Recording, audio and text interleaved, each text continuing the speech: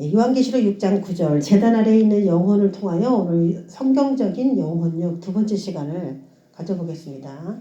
첫 번째 강의를 듣지 않으신 분들은 첫 번째 강의를 듣고 그럼 두 번째를 들으시면 좋겠습니다. 자, 첫 번째 우리가 배운 그 시간을 요약해서 하나의 도표로 만든다면 오늘 이 그림이 되겠어요. 자, 영이 가운데 있고 혼이 있고 육이 있고 그 육을 다른 말로 몸이라고도 하죠. 몸을 위한 모든 삶의 체계를 육이라고 하죠. 그래서 육은 무엇으로 감각하냐? 육체는 오감각으로 감각을 해요. 촉각, 청각, 시각, 미각 뭐 이런 후각들 그런 감각을 통하여 육은 좋다 싫다 그런 것들을 구분하고 혼은 자아나 인격 그 사람은 어떤 사람이냐 우리가 얘기했을 때 A라는 사람은 어떤 사람이냐 그래서 그 사람은 성질이 급한 사람이다. 그 사람은 느린 사람이다. 그 사람은 공부를 매우 잘해. 똑똑해. 뭐 그렇게 그 사람 하면 떠오르는 뭔가 특징이 있어요. 특징. 그러니까 뭐 뚱뚱해 날씬해 그런 외적인 것도 있지만 그 사람의 기질. 그 사람은 어떤 사람이냐라고 말할 때 친절해. 불편해. 뭐 이런 그 사람만이 가질 수 있는 거. 그 사람이 박사래. 뭐 그런 그 사람이 가지고 있는 그 내면의 상태 그 전체를 자아, 인격 이렇게 얘기하죠. 그래서 우리는 그 사람의 외모를 눈으로 보지만 그 사람을 평가할 때는 주로 외모로 평가하는 부분도 있지만 대부분 그 사람의 성향, 그 사람이 어떤 성향이냐에 따라 그 사람을 평가해요. 대부분. 그래서 많은 그 확률을 좌우하는 게 그 사람이 어떤 사람이냐라고 했을 때 많은 확률을 좌우하는 것이 바로 이 혼의 영역입니다. 그 사람이 어떤 감정을 갖고 있냐, 어떤 의지, 어떤 정서, 어떤 느낌을 가지고 있는 사람이냐에 따라 그 사람을 이제 우리가 얘기하죠. 그걸 그 사람이라고 얘기하죠. 그래서 그 사람을 찝어낼 때 가장 영향력 있는 영향력을 끼치는 게 혼이에요. 혼. 그런데 이제 하나님께서 우리 인간을 만드실 때 맨 처음에는 이거 혼으로 만들었어요. 그냥 혼만 만들었어요. 그리고 생명나무를 먹으면서 그 혼이 계속 생명을 유입하면서 완성되어 가는 거예요. 완성. 맨 처음에는 부족한 혼인데 감정적으로도 다 표현하지 못하는 그런 의지도 그렇고 무엇을 위해서 살아야 되는지 또 어떤 감정이 좋은지 어떤 지식이 나를 유익하게 하는지 이런 거를 100%다 아는 그런 존재의 혼이 아니에요. 그래서 혼을 만드셨는데 거기에 영이 개입하면서 뱀이 자신의 말을 통해서 그 사람의 그 혼 안에 영이 개입을 하면서 그 사람이 어떤 사람이다 이렇게 얘기를 한 것이죠. 그래서 영은 굉장히 혼을 만드는 데 있어서 중요한 역할을 하는 것을 보았습니다. 그래서 원래는 혼 하나만 이렇게 있었지만 뱀의 개입을 하면서부터 하나님의 생명이 혼에 자연적으로 하나가 돼서 이렇게 살고 있던 인간의 영에 벽이 딱 생기면서 삼분법이 된 거죠. 그래서 영이 혼하고 완전히 분리가 된 상태로 그렇게 삼분법이 만들어진 것이죠. 그래서 원래는 뱀이 우리 마음 혼 안에서 완전히 축출이 되면은 이제 새로운 영이 탄생을 하게 되는 것인데 그래서 제가 그림으로 그려본다면 이제 이런 그림이 되겠습니다. 그래서 원래는 혼, 그 연두색 안에 다 들어있어야 되는 것인데 사탄이 개입을 하면서 한 영역이 이렇게 분리가 됐죠. 그래서 원래는 성령이 혼을 같이 이렇게 주장하면서 살아야 되는 게 맞아요. 그래서 영혼이에요. 말 그대로 육체와 영혼 이렇게 돼서 성령이 함께하는 사람 이렇게 표현을 해줬어야 되는 것인데 분리가 되는 바람에 이렇게 됐어요. 자, 우리가 지난 시간에 했던 것에 대해서 계속 이어서 말씀을 한번 보자면은 그러면은 이 혼의 영역이 어디냐 우리가 지난 시간에 대충 봤습니다. 말씀을 듣는다. 그럼 귀로 듣죠. 그래서 지식이 쌓인다. 어디로 쌓이냐? 귀로 들어서 쌓인다. 그러면 저장하는 곳은 어디냐? 머리에 있는 거죠. 그래서 머리에 모든 지식이 저장이 되고 화가 난다. 뭐 이런 감정들도 다 우리가 무슨 생각할 때 기분이 좋고 뭘 생각할 때 기분이 나쁘고 이래요. 그러니까 생각과 다 연동이 되어 있습니다. 그래서 어떤 생각을 딱 하게 되면 어떤 의지가 발동하고 그걸 해야지라는 지식적인 몸이 움직이게 돼요. 그래서 생각이 감정과 지식과 모든 의지 체계를 이렇게 만져요. 생각이. 그러면 생각이라고 하는 영역은 굉장히 높은 자리에 있는 영역이죠. 이 생각이라는 것이. 예레미야에서도 인간의 모든 재앙이 생각의 결과라고 했어요. 왜 사람들이 그렇게 재앙 속에 사느냐?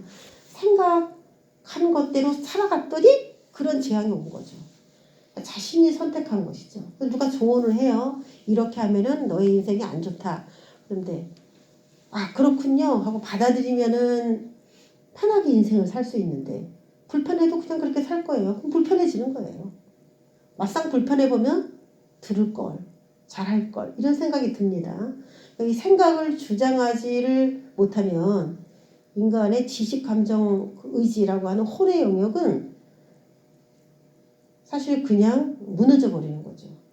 퇴폐해지는 것이고 그래서 이 혼을 어디라고 우리가 표현하냐 그러면 지난 시간에 태충 어림잡아 생각했을 때는 머리가 우리의 혼이 되겠다 이렇게 생각을 했었어요. 그럼 그것에 대해서 더 정확하게 한번 나눠보겠습니다.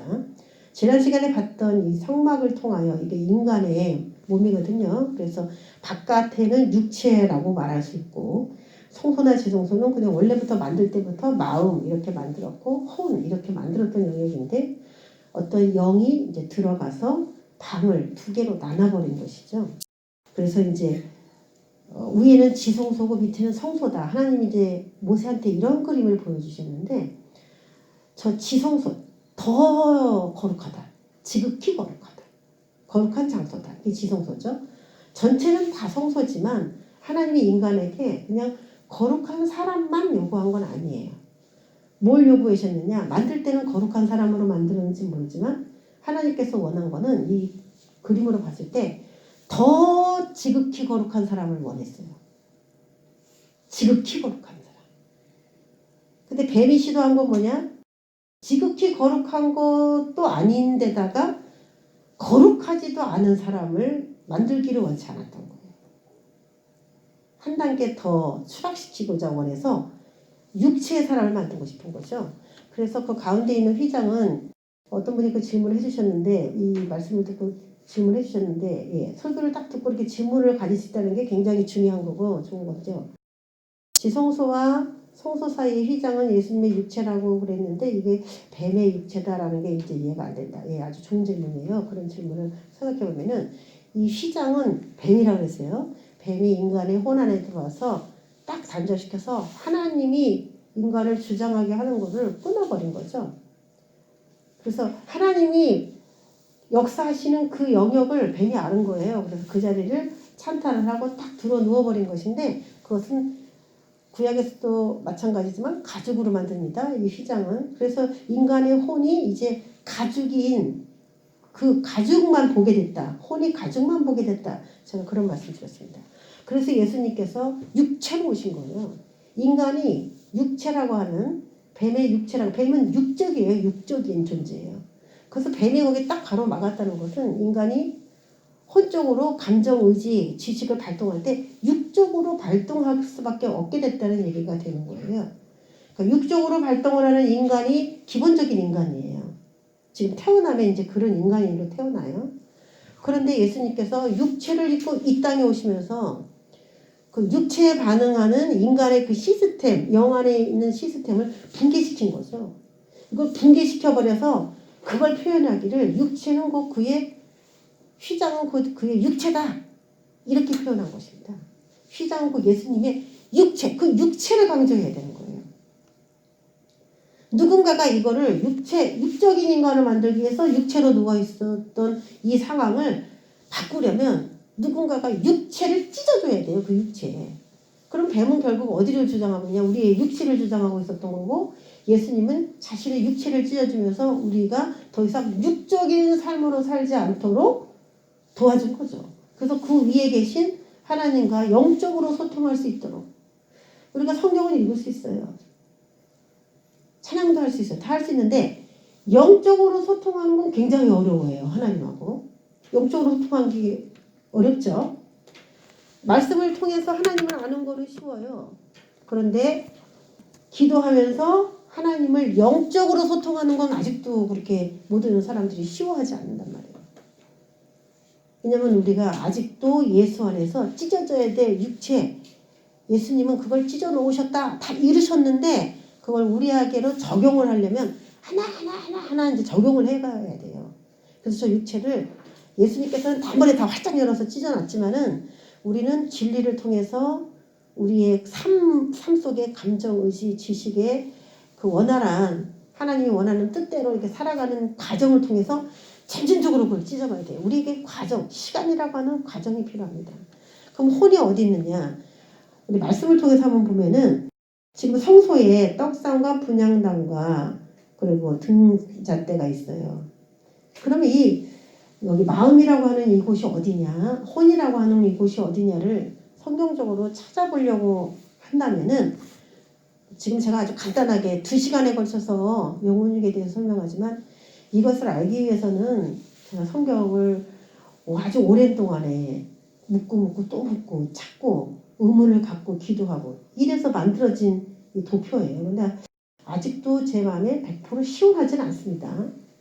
계속 더 알아야 되는데 떡상은 뭐 하는 곳이냐? 우리의 혼 안에 있는 마음 안에 있는 이 떡상은 어디를 말하는 것일까? 마태복음 4장 4절에 보면 사람이 떡으로만 살 것이 아니요 하나님의 입으로부터 나오는 모든 말씀으로 살 것이라 그러면서 떡하고 말씀하고 연관시켜 놨습니다. 그럼 떡은 우리가 입으로 먹죠? 떡은 입으로 먹는데 하나님은 말씀으로 살아라 그러면서 우리 입은 2가지 기능을 해요. 먹기도 하고 말하기도 해요.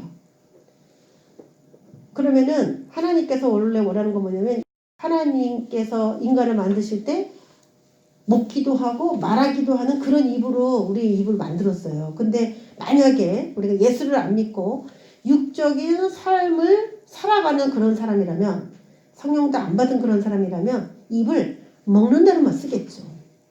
하나님의 말씀을 전하는 거로는 쓸 수가 없어요. 용도가 한 가지로 줄어버리는 거예요. 그러면 입이 있는 곳이 어디냐? 머리잖아요. 입은 어디 있어요? 머리에 있잖아요. 말하려면 어떻게 해야 돼요? 말하려면 생각해야지 말이 나오죠. 담겨져 있는 게 있어야 말이 나오죠. 그래서 이 입이라고 하는 영역은 지금 요 하얀 박스 안에 있는 요 혼, 영혼 같이 있죠. 지금 요 박스 안에 이 영혼이라고 하는 이 혼 안에 마음 안에 떡상이라는 것을 우리 몸에서 찾아본다면 입이 되니까 이것은 우리의 머리가 되는 것이죠. 자, 분향단이 설명되어져 있는 출애굽기 30장 7절, 34절에 있는 말씀을 참고해 본다면 아론이 아침마다 향기로운 향을 살러라 라고 말했어요. 또 저녁 때 등불을 켤 때에 그때 또 향기로운 향을 살려야 돼요. 향기로운 향이라고 했어요. 근데 거기다가 향기롭게 하기 위해서 소합향, 나감향, 풍자향, 뭐 조개 껍데기 이렇게 향기로운 재료가 될 수 있는 그런 것들을 유황에다 섞어서 만들어요. 그래서 여기다 향을 피우면은 어떠냐면은 향기로워. 그럼 여러분 하나님이 만약에 우리하고 똑같은 이런 몸을 가지고 계시다면 분향단에서 향을 이렇게 피워 올려드리면은 하나님이 그걸 받으시는 그 몸의 구성은 어디일까요? 코겠죠, 코. 예, 코예요. 하나님의 코를 죽게 하는 거죠, 이게. 인간의 몸에 붙지도 못하게 하고 만들지도 못하게 했어요. 인간에게 쓰려고는 못 만들어요. 만들면 안 돼요. 자, 그래서 이건 코를 말하는 영역이었어요. 또 등잔대를 본다면은 요한계시록 5장 6절 우리가 봤었죠. 7눈이 있으니 이 눈들은 하나님의 7 영이라고 그랬어요. 이거 7 등잔대인데 성령을 상징하는 그런 등잔대이기도 합니다. 근데 이 7 영을 다른 말로 7 눈이라고 그랬어요. 그래서 감찰하는 곳이에요. 감찰. 그래서 이 등잔대에 성령이 밝히 비춰주시고 마태복음에 있는 이 떡으로만 사는 게 아니라 인간이 말씀으로 살 것이라 그래서 말씀을 이 떡상에다가 많이 진설을 하게 되면은 혼이 말씀과 성령으로 충만해지는 것이고 그 성소에는 원래 창문이 없거든요. 근데 이 등잔대 그 빛으로 떡상을 비춰줘야 돼요. 떡상을. 그리고 분향단을 이렇게 비춰줘야 돼요.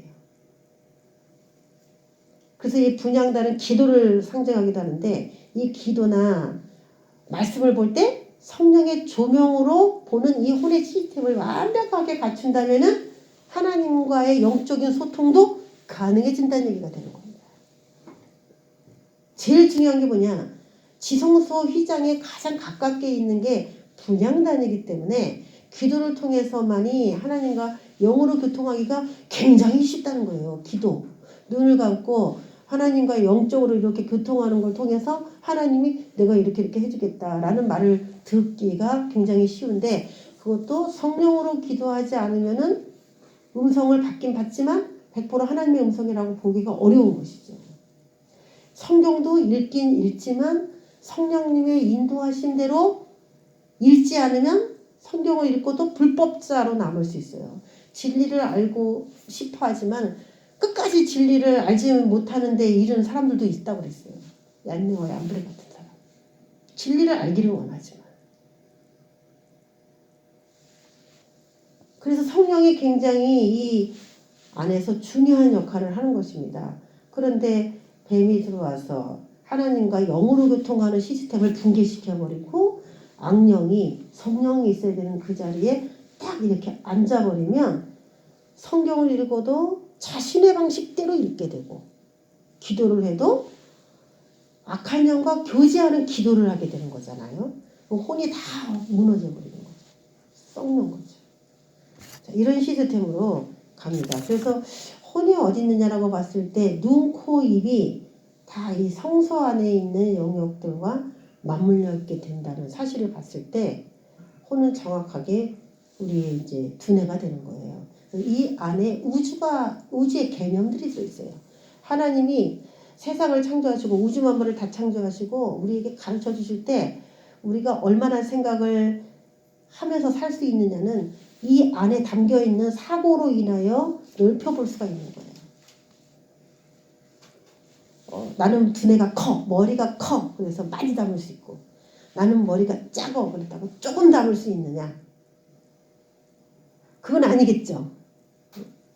이건 어떤 물질이 아니기 때문에, 지식이 물질이 아니기 때문에, 어떤 형체가 아니기 때문에, 감정이나 의지가 어떤 입체적으로 되어 있는 것이 아니기 때문에, 물질계에 속한 것이 아니기 때문에 머리가 크다고 그래서 원래 뭐 의학적으로 머리가 크면은 암기력도 좋고 다 좋다고 그래요. 왜냐면 뇌가 크니까 그런가 봐. 뇌가 크니까.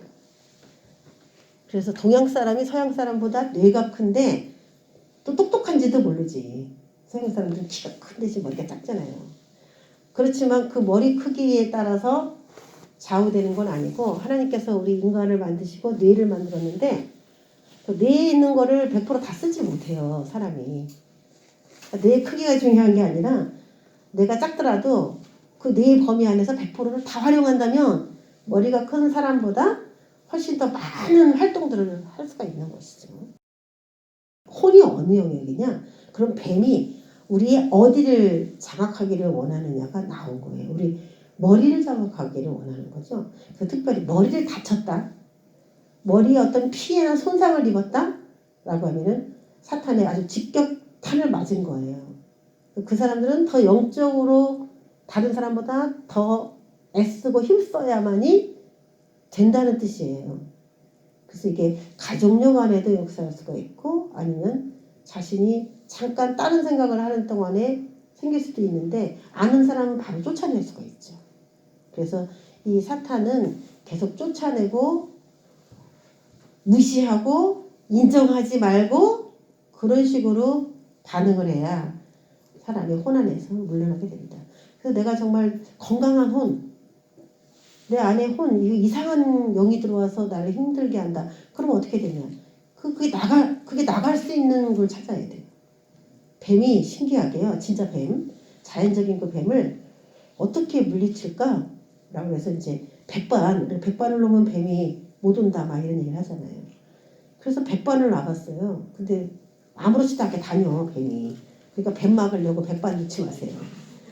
뭘 싫어하냐? 마늘 싫어하더라고. 마늘. 마늘 냄새를 아주 엄청 싫어해서 마늘로 이렇게 담을 쳐놓으니까 뱀이 못 넘어가요. 마찬가지예요. 사람의 그 영혼에 있는 악한 영을 빼버리고 싶다 내가. 빼버리고 싶으면 뭘 넣으면 되냐면 그 악한 영이 싫어하는 거를 머리에 담아두면 돼. 아주 간단해. 뱀이 내 안에 아무리 득실득실 많다해도 뱀이 싫어하는 거를 내가 내 머리에 딱 담아두면은 자연적으로 나가. 있기 싫어. 같이 공존이 안 돼요. 그런 지식을 넣어야 돼. 뱀이 싫어하는 지식을 넣어야 돼. 뱀이 싫어하는 감정을 넣어야 돼요. 뱀이 싫어하는 의지를 날마다 발동시켜야 돼. 그러면 역사할 수가 없어요. 미치는 거예요, 안에서. 있자니 어렵고 나가자니 싫고 막 싸우다가 그래도 계속 들어온다. 그러면은 나가는 겁니다. 그 중에 제일 중요한 게 뭐랬어요? 지식이라고 했죠, 지식. 예수, 말씀 딱 들어오면요. 거짓말을 해야 되는데 얘네가 거짓말을 못하는 거예요. 그래서 진리에 떠밀려갖고 쫓겨나는 것이죠. 더 이상 사람을 기만할 수 없게 돼요. 그래서 너무너무 힘들고 괴로운 그런 생각 속의 번민, 뭐 잠이 안 온다, 아니면은 잡생각이 자꾸 많이 난다, 이런 혼을 가지고 있다면은 뭐 머리가 복잡해, 막 이런 얘기 하잖아요. 머리가 복잡해. 그럴 때는 조용히 하나님, 성령님, 예수님 조용히 그렇게 찾으면서 혼의 평안함을 유지하는 그런 방법, 또 말씀에서 내게 위로가 되는 어떤 말씀 구절을 반복적으로 되뇌이면서 혼을 안정시키는 방법, 이런 방법으로 내 안에 있는 뱀을 추출해서 편한 혼을 가져야 돼요. 자, 그러면 이제는 세 가지 영역을 알았어요. 분향단, 떡상, 등잔대, 이건 알았어요. 입, 눈, 코. 눈, 코, 입이 여기 다 있죠. 눈, 코, 입이. 자, 그렇다면은 남은 데가 어디냐? 지성소입니다. 지성소를 어떻게 봐야 될까? 이 지성소를 찾는데 굉장히 오래 걸렸어요. 지성소를 찾는데. 지성소가 어딘가, 지성소가 어딘가. 제가 그러다가 히브리서를 읽으면서 이 지성소를 찾아냈어요. 어떻게 해서 찾아냈느냐? 제가 구약에 레위기 16장 보면은 대속죄일이 나옵니다. 1년에 한 번 대제사장이 지성소에 들어가요. 1년에 한 번. 이게 휘장으로 막혀졌기 때문에 이건 아무 때나 못 들어가잖아요. 평상시에. 그런데 1년에 한 번 딱 이 휘장을 열고 저 지성소에 들어갑니다. 들어가는데 거기에 그냥 들어가는 게 아니라 연기를 가지고 이렇게 자신을 가려야 돼. 하나님하고 직접적으로 영적인 만남을 하면 죽어요, 인간이. 그 연기로 하나님과 자기 사이를 가리고 난 다음에 피를 가지고 가서 이 지성소에 있는 법궤, 뚜껑이 속죄소인데 그 법궤 그 괴짝 뚜껑에다가 피를 막 뿌려요. 그 의식을 해요. 그래서 제가 이 지성소라고 하는 이 영역은 어딜까 궁금해하다가 그 레위기 16장을 읽고 찾아냈어요. 그리고 히브리서를 읽는데 딱 그게 맞아떨어졌어요. 지금 그 얘기를 한번 생각해 본다면은, 자, 1년에 한 번 들어간다. 그리고 지성소에 들어가서 법궤 위에 있는 뚜껑, 속죄소에 피를 뿌린다는 거죠. 그러면은 신약에서 뭘 찾아놔야 되냐면은 예수 그리스도의 피, 그때 동물의 피로 제사드렸지만 신약의 그 1년에 한 번 열어지는 대속죄일의 이 휘장은 뭘 말하냐면 예수님이 죽어주시면서 피를 뿌려주는 거를 의미한단 말이에요. 신약적으로는. 그래서 예수님의 피로 인하여 뿌려지는 유일한 장소가 어딘가를 찾아내기 시작했어요. 어디다 뿌려지는 것인가? 낭자하게 막 7번, 이거 완전히 뿌린다 이런 뜻이거든요. 그래서 예수님의 피로 뿌려져서 변화가 일어난다라고 표현된 그런 성경 구절이 어디 있나? 그런 중심으로 찾아봤더니 히브리서 9장에 그 이야기가 나와요. 9장 7절에서 14절 말씀을 요약해서 한번 중요한 대목만 본다면은 오직 둘째 장막은 지성소입니다. 둘째 장막은 지성소는 대제사장이 홀로 1년에 한 번 들어가되 피 없이는 아니하나니 피를 가지고 들어간다. 그 당시에는 동물의 피였죠. 히브리서를 본다면 이에 따라 드리는 예물과 제사는 섬기는 자를 그 양심상 온전하게 할 수 없나니. 구약시대의 동물의 피로는 사람의 양심을 온전하게 할 수 없어요. 다른 말로 율법은 인간의 양심을 온전하게 할 수는 없다 이 말이에요. 구약시대의 율법, 구약시대 피, 예수님이 직접 십자가에 죽으셔서 피를 흘려주기 전의 세대까지는 인간의 양심이 터치되지 않았다는 거예요. 양심상 온전하게 할 수 없나니 영원하신 성령으로 말미암아 예수님께서 죽으시고 성령이 인간에게 오면서부터 드디어 활짝 열린 게 어디냐? 양심이라는 영역이에요. 영원하신 성령으로 말미암아 흠없는 자기를 하나님께 드린 그리스도의 피, 동물의 피가 대조가 됐죠? 그리스도의 피가 어찌 너희 양심을 죽은 행실에서 깨끗하게 하고 살아계신 하나님을 섬기게 하지 못하겠느냐? 왜 바리새인들이 그렇게 성경을 많이 읽고 그러면서도 왜 하나님을 제대로 섬기지 못했느냐? 양심에 피가 뿌려지지 않아서 그랬다는 거예요. 동물의 피는 행동은 바꿀 수 있어요. 살인하지 말라, 가늠만 하지 말라, 도둑질하지 말라. 안 하면 되니까. 마음에는 하고 싶은데 양심에는 아직 안 뿌려졌기 때문에 양심을 통해서 행동하는 것이 아니라 행동을 절제하는 식으로. 구약의 사람은 그렇게 사는 거죠.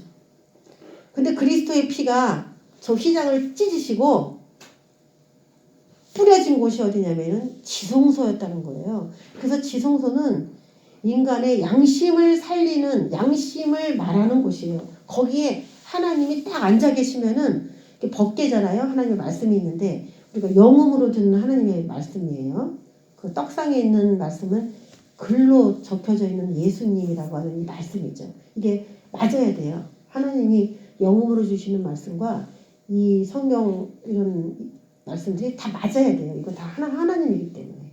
서로 위배되고 틀리면 안 돼요. 그래서 하나님이 인간의 그 양심에 딱 앉으시고 자정하시면은 사람이 생명이 되는 일만 하는 거예요. 근데 이 양심의 영역에 뱀이 들어와 있으니까 인간이 비양심, 비도덕적인 행위를 하게 되는 것이죠. 저 사람이 양심이 있나? 그런 행동을 아주 서슴없이 하게 되는 겁니다. 그러니까 예수를 받아들이지 않고 성령 받지 않은 사람이 내가 양심적으로 살아야지 라는 얘기가 있을 수가 없는 거예요. 모든 사람들은 다 이건 하면 안 돼라고 하는 그냥 법, 세상이 만든 법, 그 법 안에서만 선하다, 악하다를 판단하고 자신의 행위를 거기다 맞춰요. 세상의 법이. 율법 시대에 율법에 맞춰 사람들이 살듯이 지금은 그냥 세상법에 위배되지 않으면은 그 사람은 올바른 사람인 거예요. 정직하다. 법에만 안 벗어나면. 그런데 양심의 피를 뿌리게 되면 어떤 일이 일어나느냐. 세상에서 만든 법보다 또 율법에서 말한 법보다 더 깊이 있는 것을 죄라고 인식하게 되죠. 더 깊어지는 거예요. 선이라는 영역이. 그렇기 때문에 예수님의 피가 사람을 바꿀 수가 있다는 것입니다. 왜 저 사람은 바보같이 저렇게 살지? 모든 거를 그냥 뿌리치고 새 삶을 살면 되지. 왜 저렇게 답답하게 살아? 왜 자기만 저렇게 죽도록 희생해? 남들이 고마워하지도 않는데. 그 사람의 양심이 그렇게 하는 거예요. 그 사람의 양심이 그렇게 안 할 수가 없어. 하나님을 믿는 사람으로서 양심이 남들이 나에게 무슨 말을 하고 고마워든 고마워하지 않든지 간에 그냥 하는 거예요. 이게 뭐냐? 부모의 마음인 거죠. 자식이 뭘 잘해서 막 자식을 위해서 얘기해 준 게 아니에요. 그냥 자식이기 때문에 사랑하는 거잖아요. 안 되기를 바라지 않고 잘 되기를 바라는 거죠. 그냥 자식이기 때문에 그런 거예요. 그것도 이제 우리 하나님이 우리 양심 속에 그런 마음들을 넣으신 거죠. 부모님의 양심에. 그 기본적인. 그래서 양심이 부활해야 되는 것입니다. 뭘로? 말씀을 읽으면서. 깨닫고 성령이 조명이 돼서 깨닫고 하나님의 영이 기도하다가 이게 아니지 이렇게 하면 내가 지는 거지. 그러면서 또다시 돌이키고 그러면서 예수님의 희생에 거의 가까이 인간이 그렇게 이제 가게 되는 것입니다. 그래서 이제 이 지성소는 양심의 영역인 것이에요. 그래서 우리가 한번 말씀을 보자면은 출애굽기 29장 20절에 보면은 대제사장의 가문에 아들이 대대로 대제사장이 돼요. 그 제사장 위임식을 할 때 너는 그 순양을 잡고 그것에 피를 가져다가 아론의 오른쪽 깃뿌리와 그의 아들들의 오른쪽 깃뿌리에 바르고 라고 이렇게 기록이 되어 있습니다. 깃뿌리에 발라요. 대제사장과 제사장의 계열에 있는 사람들에게 깃뿌리에 피를 발라요. 그러면 이것이 구약인데 신약에도 똑같다는 거죠. 하나님의 일을 하는 대제사장이나 제사장 같이 말씀을 대언하고 중보기도 하는 사람들, 뭐 그렇게 하나님과 어떤 사람을 연결하는 중간에 일을 하는 모든 사람들에게 그런 사람들에게 깃뿌리에 피를 발라준 거예요. 왜 귀에다 피를 발라줬냐? 귀는 어느 영역이냐면은 말씀을 듣는 곳이에요. 하나님의 말씀을 듣고 제사장 역할을 해야 돼요. 사람들의 죄를 다뤄줘야 돼. 그거 죄야 하면 안 돼. 하나님이 그거 원하지 않아. 이렇게 뭔가 말을 해줘야 되는 사람들이에요. 그래서 깃뿌리에 피를 바른다. 이 얘기를 하는 이유는 그 사람의 혼을 말씀을 들을 수 있도록 제대로 된 말씀을 들을 수 있도록 혼을 정화시키는 작업을 하기 위해서예요. 그러면 어떻게 되느냐? 그의 오른손 엄지, 오른발 엄지에다 또 피를 발라요. 이 오른쪽이라는 것은 순종한다라는 의미가 있는 거고 대표적으로 따지면은 엄지죠, 엄지. 그래서 이 손과 발에 피를 바른다는 것은 하나님의 말씀을 듣고 그 혼이 그것에 반응하여 제사장이라면 그렇게 손으로 일해야 되는 거고 그렇게 발로 다녀야 된다는 것이죠. 행동입니다. 귀에 먼저 발라야 그 사람의 행동이 정화된 행동이 나오는 겁니다. 그러니까 지금 양심에서부터 이 마음 영역에 모든 영역까지 하나님 말씀으로 만약에 채우고 이렇게 다 됐다면은 행동도 다 주님이 원하는 행동을 하게 되죠. 그러면 하나님께서 저와 여러분을 뭐 지금 성령 받은 모든 사람들을 다 제사장이라고 하잖아요. 우리 모두를 다 제사장이라고 하잖아요. 그래서 믿음은 들으면서 난다. 내 말을 들을지어다. 다 이런 말씀이거든요.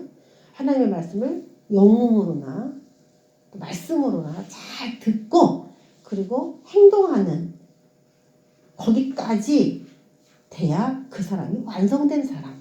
이렇게 보는 것입니다.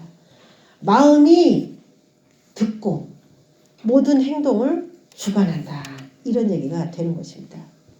자, 우리가 이제 성막을 보면은 우리가 지금 성소하고 지성소 영역을 봤는데 밑에 물두멍이 있죠. 물두멍이 있고 번제단이 있습니다. 동그란 물두멍. 그 물두멍을 솔로몬 성전에서는 바다라고 그랬어요. 바다. 그러면 이 바깥에 있는 물두멍, 번제단 이런 건 뭘 말할까 궁금해요. 이 물두멍 같은 경우는 솔로몬 성전에서 보면은 바다라고 했기 때문에 우리가 쉽게 생각한다면 야, 네 마음을 이렇게 바다와 같아? 이런 얘기를 해요. 네 마음이 바다와 같아. 그럼 우리가 옛날에 마음은 가슴이라고 생각했어요. 가슴. 그러면 마음이 머리이기도 하지만은 우리가 일반적으로는 이게 가슴이라고 생각을 했잖아요. 그래서 가슴이 바다와 같다. 가슴에 품는다. 저 사람이 영 내 마음에 안 들지만 가슴에 품는다. 바다라고 하는 의미가 이 가슴에 있어요. 가슴. 바다와 같다. 여기가 가슴이 아닌가 이런 생각이 드는 거예요. 가슴에 품는다. 바다같이 넓은 가슴이어야 다 품죠. 그래서 우리가 이제 영혼에 대한 정의를 본다면은 육체와 연관이 없을 수가 없다. 이것은 하나다. 이렇게 볼 수가 있는데 물두멍은 가슴을 상징하고 번제단은 모든 가죽까지 다 벗겨가지고 전신을 다 태워서 각으로 올려드리는 그런 제단이기 때문에 육체 전체를 다 말하는 거죠. 이 번제단은. 육체가 어떻게 해야 되느냐. 그런데 이 향단의 불도요. 우리 아까 하나님께서 받으신 그 향기로운 냄새, 그 향단의 불도 다 번제단의 불을 가지고 와서 향단에 향을 피우는 도구로 쓰는 거예요. 번제단의 불. 그러면 지금 혼이라고 하는 그 분향단에 코에다가 생기를 불어넣었죠. 우리 코에 생기를 불어넣어서 우리는 계속 주님의 생기를 받기를 원하는데 분향단이 코를 상징한다면은 여기 계속 하나님의 생기가 부어지게 하려면은 어떻게 해야 되냐면은 번제단의 불을 가지고 오면 되는 거예요. 번제단의 불은 뭐냐? 육체적 헌신이에요. 누굴 위해서 희생하는 거예요. 남을 위해서 즐거운 마음으로 주님을 위해서 한다 생각하고 헌신하면요. 그게 그 사람의 혼에 생기를 얻는 역할을 해요. 그 여러분 진짜로 나가셔서 전도를 해보세요. 춥고 막 그런데 전도를 해. 나가서. 예수 믿으세요. 예수 믿으세요. 그럼 몸으로 주님께 헌신하는 거죠. 사람들이 야단칠 수도 있고 싫어할 수도 있어요. 몸으로 막 전도를 하면요. 그 사람의 영이 갑자기 상승해요. 성령이 엄청 충만해져요. 전도해보면 알잖아요. 영이 맑아지고 차원이 굉장히 높아지는 거예요. 행동과 그 사람 안에 부어지는 생기가 영향이 반드시 있다는 거예요. 그 하나님이 그래서 너희 몸을 하나님의 살아계신 산 제물로 드려라 라고 하는 거예요. 그러니까 몸은 혼과 연결돼 있고 혼은 영과 연결돼 있고 그 막 다 연결돼 있어요. 그러면 누가 제일 그걸 잘해야 되냐 중간에서 혼이 그걸 잘해야 돼요. 혼이 그걸 잘해야 돼요. 혼이 육과 연동되고 혼과 조인돼서 이 혼에서 지정을 건강하게 발동을 시키면 그것이 굉장히 그 사람을 더 업그레이드 시킵니다. 그래서 인간의 혼에 영이 개입이 되면은 그 사람의 혼이 그 들어온 영으로부터 영향을 받는다. 그 얘기를 이제 제가 드린 거고, 그러면 혼이 변화가 되겠죠? 혼이 악령이 들어오면 혼이 악령의 반응을 하고 성령이 들어오면 혼이 성령의 반응하겠죠. 그래서 혼이 변화되어 그 사람 자체가 된다.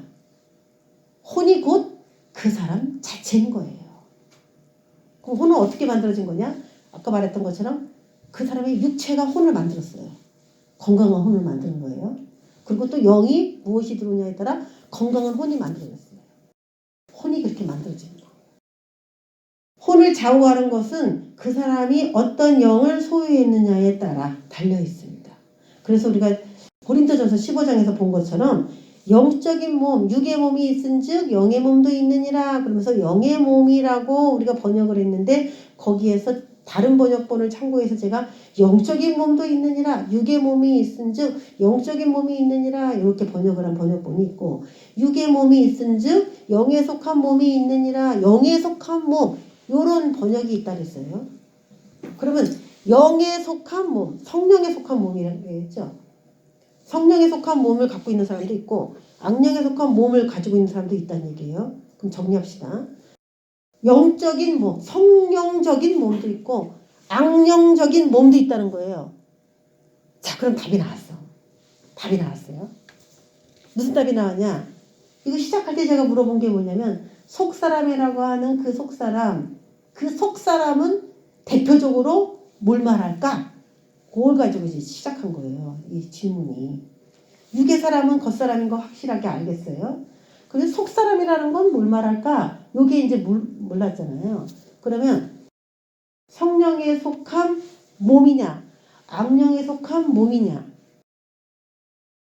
성령적인 몸이냐, 악령적인 몸이냐, 그게 이제 속사람이라고 했어요. 그러면 육의 몸이 있은즉 영의 몸도 있느니라 라고 할 때 이 영의 몸은 영을 말할까요? 혼을 말할까요? 성령에 속한 몸,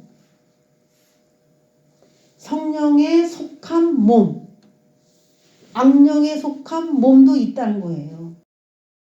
성령에 속한 몸, 뭐가 있어야 돼? 바디가 있어야 돼. 눈에 보이지 않는 바디죠. 성령에 속한 바디가 있어야 되고 악령에 속한 바디가 있어야 돼. 이 바디가 뭐냐고, 이 속사람이 뭐냐고. 혼이 되는 거지, 혼이. 그 혼이 성령을 받아들이니까 만들어진 거야. 그 사람의 자아라고 하는 속사람이 만들어진 거예요. 아까 지금 제가 계속 얘기했던 것처럼 육의 영향을 받았어요. 혼이 또 영의 영향을 받았어요. 그리고 만들어진 거야. 이 속사람이 그래 만들어진 거예요. 그럼 만들어진 그 속사람은 영이라고 봐야 될까? 혼이라고 봐야 될까? 뭐라고 봐야 돼요? 혼이라고 봐야 되는 거예요. 혼.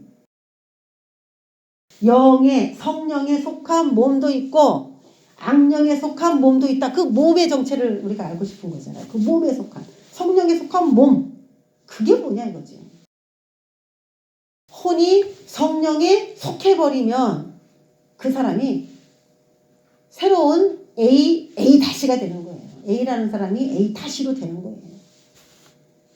그래서 제대로 된 건강한 혼을 만들기 위한 그런 움직입니다. 자, 마태복음 5장 3절에 보면은 심령이 가난한 자는 복이 있나니 라는 말이 나오죠. 천국이 저의 것이며 라는 말이에요. 심령이 가난한 자는 복이 있나니. 이 심령은 영어 성경에 보면 in spirit이에요. 영이 가난한 자는 복이 있나니 천국이 저의 것이다. 영이 가난해야 그때 천국 백성이 되는 거예요. 영이 성령이 이제 들어오고 내 영으로 못해 혼자 내 영이 자꾸 실패한다 그런 경험을 가지고 있는 사람들이 새로운 영이 들어오면은 천국이 그때부터 그 사람 것이 된다는 얘기예요. 그리고 5장 8절에 보면은 마태복음 5장 8절에 보면은 마음이 청결한 자는 하나님을 볼 것이요 이렇게 나와요. 이 마음이 청결한 자는 하나님을 볼 것이요의 이 마음은 heart예요. in heart. 그래서 이 마음은요. 심령이 가난한 자는 복이 있나니 천국이 저의 것이며 마음이 청결한 자는 하나님을 볼 것이요 했을 때 이 마음은 양심을 말하는 거예요. 그래서 양심이 깨끗한 자는 양심이 청결한 자는 하나님을 보게 된다. 근데 그게 어떻게 시작했냐. 심령이 가난한 것부터 시작이 된 거예요. 심령이 가난한 것부터. 마음이 청결한 자는 6번째 단계인데 심령이 가난한 건 첫 번째 시작이에요. 스피릿, 인 스피릿. 영이 가난해서 성령이 들어오면 그때부터 그 사람이 천국 백성이 되는 것인데 마음 안에 성령이 들어오면 천국 백성이 되는 것인데 마음이 청결해질 때까지 그 성령이 계속 일하셔야 돼. 양심이 청결해질 때까지 떡상과 등잔대에서 계속 분향단에서 계속 그 역할을 해주는 거예요. 영이 들어온 다음부터 혼의 그 역할을 해주게 돼서 이 양심까지도 깨끗하게 청결하게 되면은 하나님을 볼 곳이에요. 지동서가 확 열려버리는 거예요. 그래서 하나님이 보이는 겁니다. 영의 눈으로 보이는 거예요. 소통이 다 되는 거예요. 그런 것을 말하는 거예요. 영의 변화를 주는 영역은 물론 혼이죠. 혼이고 영이 소유한 그 집은 영이 속한 집은 혼이기도 하고 육체이기도 합니다. 그 영은 혼 속에 들어있고 또 육체라고 하는 집, 이 두 개의 집 속에 들어있어요. 그래서 가장 막강한 힘을 발휘하기도 하고 나중에는 누가 막강한 영을 발휘하느냐에 따라 그 사람의 혼적 상태가 완전히 달라져요. 여러분 이제 여태까지 얘기했으니까 제가 이제 요약을 할게요. 창세기 때서 하나님이 혼을 만들었는데 혼이 완전했느냐? 그렇지 않았다는 거죠. 뱀의 말을 듣고 막 이렇게 오합지졸 뭐가 옳은지 몰랐다는 걸 봤을 때에 혼이 완전하지 못했다는 거예요. 그래서 하나님은 이 혼을 완전한 속사람인데 이 속사람이 완전하지 않은 거예요. 그 불완전한 속사람이었던 거예요. 만들어지긴 만들어졌는데 하나님의 생기가 들어와서 모든 인간은 다 하나님의 것인데 문제는 그 지식이나 그 성령이나 이런 것들이 혼 안에 강력하게 빛을 발하지 못하니까 아직 그렇게 체험이 있질 않으니까 그런 경험이 없으니까 혼이 계속 무엇인가로 채워져야 되는데 이 큰 자리가 계속 채워져야 되는데 채워지지를 못한 거예요. 그래서 이 인간은 불완전한 혼의 인간으로 태어나 계속 무슨 영을 받아들이냐에 따라 달라지게 되는데 올바르게 살게 되려면 진실된 말을 들어야 돼요. 진리의 말을 계속 듣고 그리고 그 진실된 말이 지식에 누적되고 감정을 지배하고 그 사람의 의식 체계, 의지 체제를 다 바꿔버려야 돼요. 그러면 완전한 혼이 됩니다. 완전한 혼. 그걸 뭐라고 하냐? 속사람이라고 하는 거예요. 속사람. 그래서 혼을 완성시키면 혼이 부활을 하게 되는 거죠. 혼의 부활. 그래서 온전한 행동을 하게 되는 거죠. 온전한 행동. 자, 요거를 간단하게 얘기하면 쌀로 얘기하면 쉬워요. 쌀이 이렇게 있잖아요. 쌀의 살은 다 혼이에요. 혼이라고 봐야 돼요. 쌀의 살은 다 혼이죠. 그리고 눈이 있죠. 쌀의 눈. 그러면 이 눈을 키우기 위해서는 누가 그 역할을 해야 되냐면은 이 쌀의 우리가 먹는 쌀, 동그란 타원형의 쌀이 이 영이 영양분이 돼요. 그래서 영을 키워요. 그러면 거기서 다시 이제 또 뭐가 나오죠. 이렇게 싹이 나오죠. 그래서 영이 커지는 것처럼 이렇게 영이 생명이니까 틔울 수 있는 거는 그 눈이에요. 눈. 그러면 이 혼이라고 하는 영역은 쌀인데 쌀 눈은 영이거든요. 그렇게 얘기하면. 근데 이 혼이 어디에 들어가느냐? 다 영 안에 먹이가 돼요. 영양분에. 그러면 이 영이라는 영역이 완전히 생명력 있는 영역으로 되겠죠. 그럼 이게 뭐냐? 혼의 부활이라고 하는 거예요. 이거를 혼의 부활이라고 하는 거죠. 새로운 영이라고도 할 수 있고. 그래서 이 제단 아래에 있는 그 사람들은 올바른 영을 받아들이고 자신의 혼에 그 영이 주도하는 대로 지식과 감정과 의지를 발동시키고 육체적으로 그렇게 해야 돼 라고 하는 그런 실천적인 것까지 완벽하게 도달을 해서 속사람, 예를 들어 A라는 사람을 딱 죽었을 때 그 사람의 A-라는 사람을 딱 만들어낸 그것이에요. 그 혼을 제대로 되는 혼으로 탄생시킨 것이 그 사람을 주도했던 영이 되겠죠. 영이. 그 혼이 다 죽은 것 같은데 부활을 한 것이다. 이렇게 표현하는 게 제일 맞을 것 같아요. 내가 가지고 있는 모든 혼의 지식과 이런 걸 다 죽여버리고 영의 영향을 받아서 새롭게 내 생각을 바꿔버리면 그게 바로 그 사람의 혼이 되는 것이죠. 그거를 또 쌀로 본다면은 눈이 그 역할을 한 것처럼 그렇게 보이는 거잖아요. 성령으로 완전히 육체를 죽이고 자기 혼을 깨부셔서 새로운 존재로 만들어버린 그런 혼이에요. 이 사람들이 혼. 그렇게 표현하는 게 맞아요. 완전히 달라진 속사람이죠. 육은 아니죠. 분명히. 그래서 새로운 혼을 탄생시키기 위해서 필요한 게 영이고 그리고 육체다.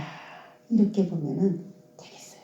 그래서 성령님이 우리 안에 들어오셔서 바꾸려고 하는 게 뭐냐? 우리의 혼이라는 겁니다. 정리자라고 하는 이 혼이 갖고 있는 모든 체제를 성령님이 들어오셔서 바꿔주시겠다는 거예요. 그러면 새로 태어났다 그러면 성령이 태어나는 게 아니라 정리자가 태어나는 거잖아요. 그래서 정리자의 혼, 속사람이 새롭게 그 영으로 인하여 거듭나는 거죠. 태어나는 것이죠. 그걸 정리자라고 하지 성령이라고 하지는 않는다 이거죠. 이해가 되셨습니까? 네. 자, 3분법은 뱀이 만든 잠깐의 과정이었구나. 이거를 알 수가 있겠고 우리가 마귀가 그 마음에 들어올 수 있는 매개체를 잠깐 보겠습니다. 마귀가 마음에 들어올 수 있는 매개체 에베소서 4장 26절 27절에 보면은 분을 내어도 죄를 짓지 말며 화가 나 죄를 짓지 말래요. 해가 지도록 그 분이라고 하는 것을 품지 말래요. 요거는 감정이거든요. 화가 난다. 이거 감정이잖아요. 그 분을 품지 말고 분을 낼 수 있지만은 오래 보관을 하면 안 돼. 우리 마음에 담아두면 안 돼. 감정 조절을 통해서도 마귀가 들어온대요. 마귀에게 틈을 주지 말라 그랬어요. 그러니까 감정 컨트롤하지 못하면 마귀는 들어옵니다. 저 사람이 저렇게 나를 화를 나게 하는데 내가 어떻게 감정이 안 나요? 그래도 화나게 한 그 사람에게로 마귀가 들어가는 게 아니라 그 분을 못 참겠는 그 사람에게로 들어오는 거예요. 그럼 2차 피해를 입는 것이죠. 사람 때문에 분이 나는 데다가 그것이 틈을 벌려서 마귀가 들어온다면 2차 피해가 되는 거예요. 2차 피해. 그러니까 내 감정을 내가 컨트롤하지 못하면은 주변이 그래서 내가 어쩔 수 없이 또 감정을 그렇게 아무리 냈다라고 얘기할지라도 피해자는 누가 되냐? 내 자신이 되는 거예요. 그러니까 나 때문에 용서해야 되고 나를 위해서 분을 내지 말아야 되는 거예요. 감정을 잘못 컨트롤하면 마귀가 들어온다는 겁니다. 요한복음 8장 44절 너희는 너희 아비 마귀에게서 났으니 너희 아비의 욕심대로 너희도 행하고자 하는지라. 마귀는 욕심 부릴 때 들어온다. 그래서 욕망, 내가 뭘 해야지, 과도한 욕망, 마귀가 들어와요. 그러니까 적절히 하는 건 좋아. 근데 과도하게 하지는 마세요. 그 어떻게 보면 이 욕심은 의지와 상관이 있습니다. 이거를 내가 얻어내야지, 이거를 먹어야지, 내가 꼭 이거를 가질 거야, 막 이런 건 다 의지적인 부분이에요. 잘못된 의지를 발동했을 때, 육적인 의지를 발동했을 때도 마귀가 들어옵니다. 그는 처음부터 살인한 자요. 자, 살인한 자라고 하는데 요한일서 3장 15절에 보면은 그 형제를 미워하는 자마다 살인하는 자다. 요한일서 3장에 그 얘기가 나와요. 그러면 살인하는 자다. 마귀는 살인자다 그랬는데 마귀는 미워하게 하는 자다 이 말이에요. 미움이라고 하는 이것도 감정이죠. 미움. 이 감정을 컨트롤하지 못하면 마귀가 들어와요. 여러분 우리 안에 얼마나 사탄이 많이 역사했겠어요? 여러분 화 한 번도 안 냈어요? 화가 엄청 많이 내죠. 빨리빨리 풀어요. 마음에 담지 말고 잠깐 들어갔다 싹 나가게 그렇게 해야 돼요. 분노 조절을 잘해야 돼.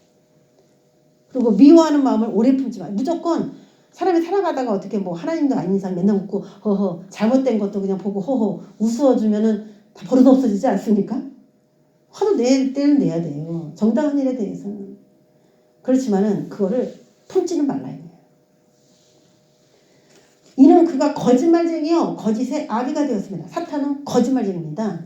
그래서 거짓말할 때 들어와요. 그럼 뭐예요? 지식을 거짓말을 자꾸 들으면은 지식을 통해서 사탄이 들어온다니까요.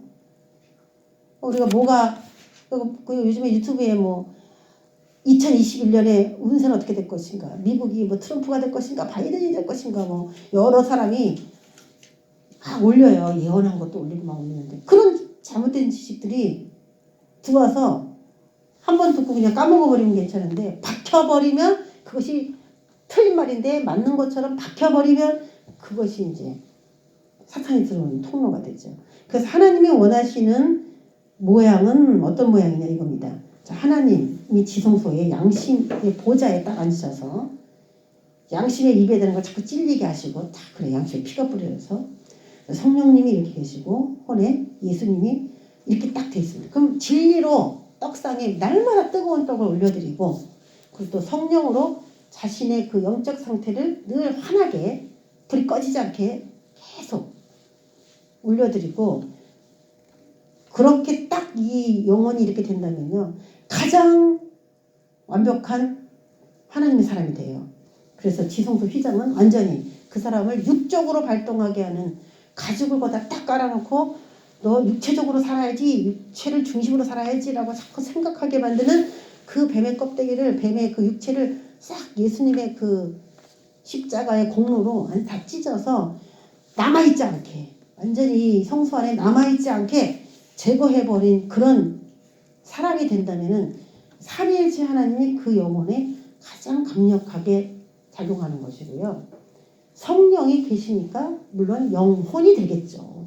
성령이 계시니까 영혼이 되는 것인데 그 사람의 혼이 성령으로 인하여 변화받은 상태라고 정의를 내리는 것이 맞는 것이죠.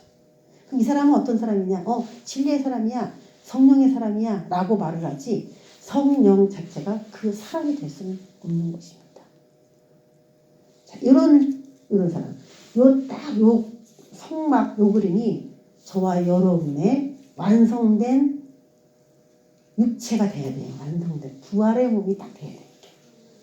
자, 하나님의 사람은 진리를 말하고 진리를 듣고 성령의 관점으로 보고 그것이 양심에 전달되면 그에 따라 행동하는 시스템으로 그렇게 살아간다면 제단 아래에 있는 순교자처럼 자신의 육체가 영을 끌어가는 게 아니라 영이